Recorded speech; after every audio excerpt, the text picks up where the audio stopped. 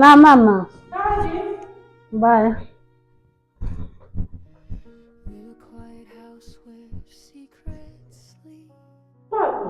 Ana iduru jiki.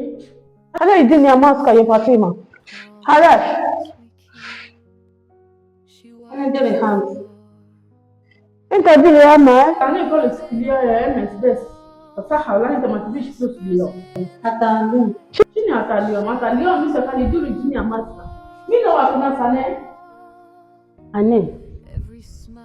كيف انت لو اكنا سنه Mbane khata hadi baba tibehamshi baba hapa. ممكن بقى ما فيش عارف علاش انت ما فيش جنيه على طالع Siara buta kinasa mashi. صح وجهك بعد كود ميه او صابون وركينا سيج كويس هيا تعال امشي شنو هذا جيل مش استريا كيف شنو ما صحابك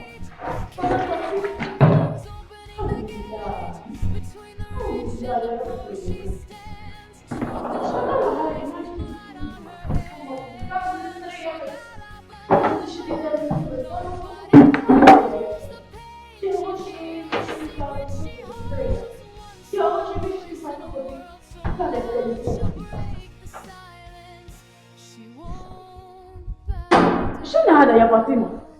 انت تقولي در ولا انا تبي در؟ يا رجل كيف انت قلت لك ساقي وركنا صابونه ولا؟ علاش انت شدي فوت مويه بس؟ شنو شدي فوت مويه؟ بعدين نمشي نجيب لك.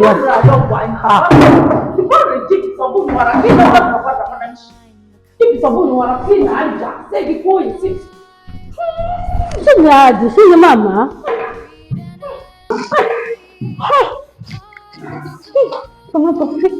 انت ما بدوش اليوم انت دي بدوش والله الدنيا فيك انا طفيت بعد كود صابون ورقين ما سايق كويس عيا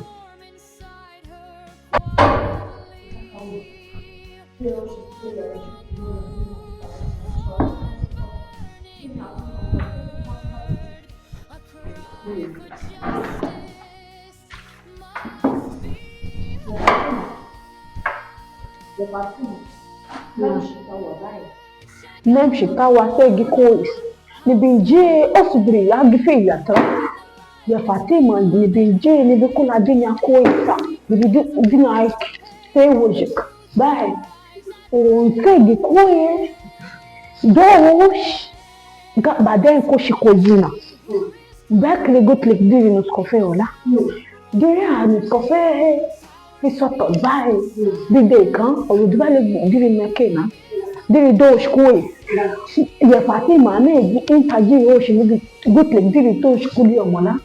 علاش أنت ما فيش ديري دوش؟ علاش أنت ما فيش غايز زواج؟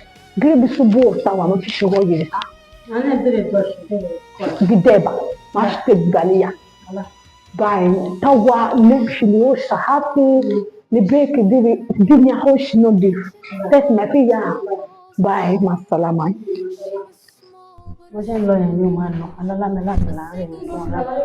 Na? Yung shensi ane kada mtudi telefon.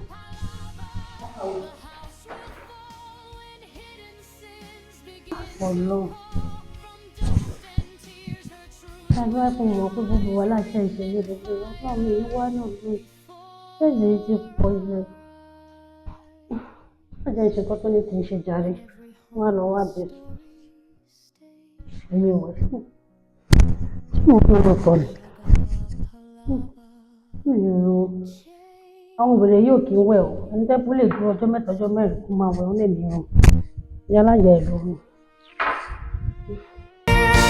Shagala palava, house help of fate, carry